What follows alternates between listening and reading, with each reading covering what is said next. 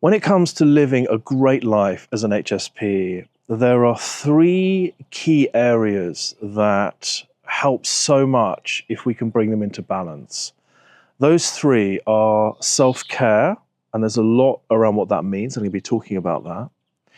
Our relationships, how we're managing our relationships, and how we can optimize our relationships to really support our life, support the people that we love, and also to make sure that we are in the right line of work. We're doing the right work that really resonates with us. If we have these three areas in balance, it means we can live a profound life of meaning and freedom and enjoyment as an HSP.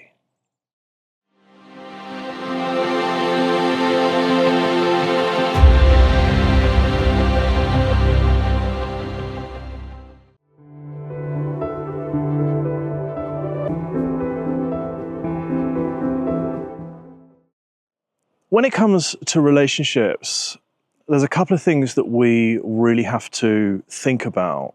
And the first that's really important is to remember how empathic we are. Now, empathy for us as HSPs doesn't mean that we empathize or are compassionate about how other people are thinking. Of course, we have that ability, but we are also able to quite literally feel how someone else is feeling. So if we have people in our lives that affect our energy, in other words, it lowers our frequency because we're tuning into them, perhaps we're trying to raise their frequency, perhaps we are maintaining a relationship because it's been in our lives for a long time, we have to make sure that we're thinking about our needs and what happens to us energetically when we are in the vicinity of someone else who may not be serving our greater good. The other key area that we really need to think about with relationships is to remember that we are on a timeline of our potential and purpose. And are the people in our lives tuned into and acknowledging and understanding that greater good for us in a way that actually supports and enhances our potential and our journey? If, when we think about these two areas, we are not sure about whether or not we feel safe and supported to talk about what really matters to us, or we find our energy diving when we're in someone else's company, then we have to be really honest about whether we have the right people in our lives to support our well-being and to support our journey.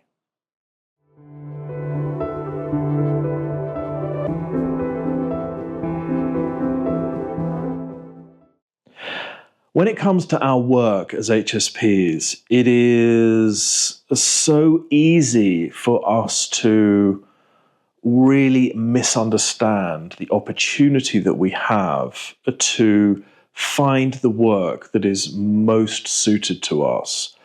What happens is we tend to try to follow the conventional paths of a career or success.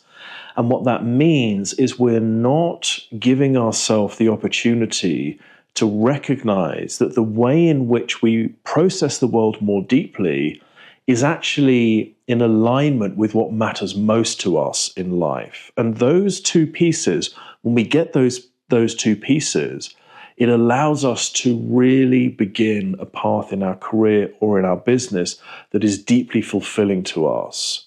So if you consider the opposite to that, if we go into a line of work that we feel we ought to, that it feels like it's following convention, it's what we ought to do in society, we end up on someone else's agenda that is not aligned with our values, and most importantly, not aligned with the depth of our perspective. And that is where our value truly lies as an HSP. So this area takes some support and it takes some persistence in order to find this area that really matters to us in life, and then understand how we're processing more deeply in that area. But once we get those pieces, that makes our work life incredibly fulfilling.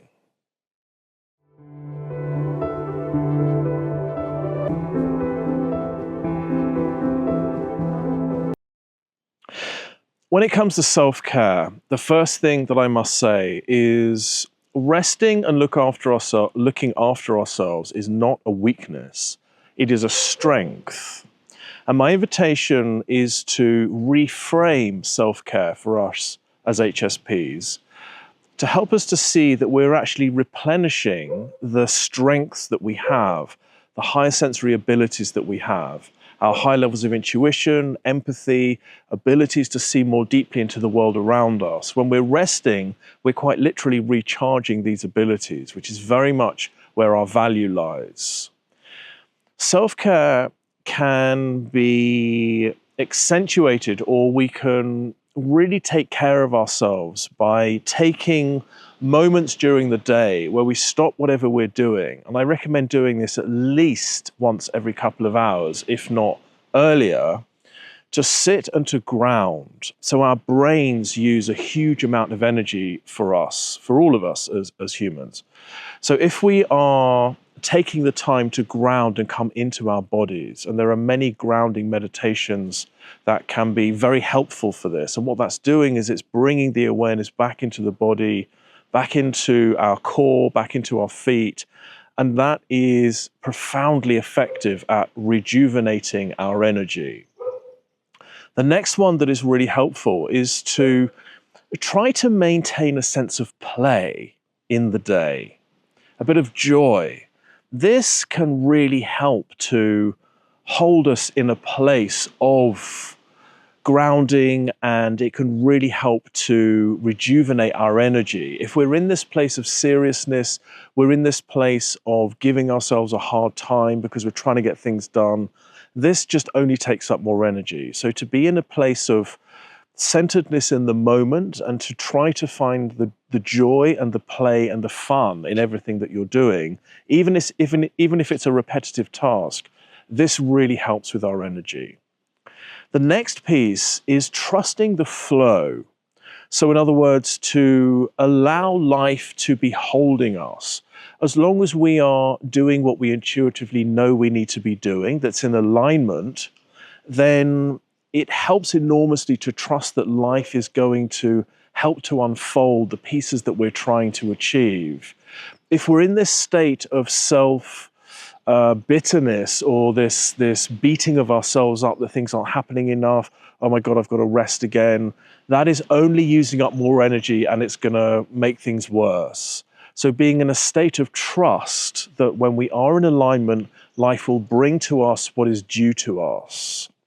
These pieces help enormously to manage our self-care, to be in a place of self-love and acceptance, and to be in a regular schedule of rest and grounding, and you'll be amazed at what you can achieve.